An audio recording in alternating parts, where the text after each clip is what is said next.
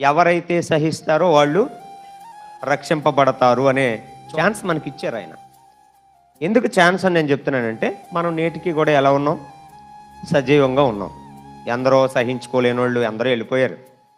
కోప ఉద్రేకాలతో, ఏమంటే ద్వేష భావజాలంతో, ఏమంటే ప్రేమ లేకుండా కక్ష పెంచుకుని హత్య చేసి, వ్యభిచారం చేసి, దొంగతనం చేసి, రకరకాల పనులన్నీ చేసి చాలామంది ఏమైపోయారు?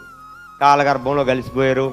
వాళ్ళకి ఏం లేదు, సహనం లేదు, వెళ్ళిపోయారు. మరి వాళ్ళు రక్షింపబడతారా? వాళ్ళు రక్షింపబడతారంటే రక్షింపబడరు. ఆ రక్షింపబడే అవకాశాన్ని ప్రభువు నీకు కల్పించారు. ఆ కల్పించడం కూడా ఎలాగో మనం నేర్చుకోవడానికి ప్రభువే మనకి మార్గదర్శిగా నిలబడ్డాడు. మీకు అర్థమైందా? మీరు ఎవరిని చూసి నేర్చుకోవాలి అని అంటే ప్రభువుని చూసి నేర్చుకోవాలి. ఎలాగనంటే 33.5 ఏళ్ల జీవితకాలంలో తను ఎలా అయితే నిలబడ్డాడో అలాగే మనలను కూడా నిలబడమని చెప్పినవాడే యేసుక్రీస్తు ప్రభువారు. అర్థమైందా? అందుకనే అంతం వరకు సహించేవాడు ఎవడైతే ఉంటాడో వాడు మాత్రమే ఏమవుతాడు? రక్షింపబడతాడు.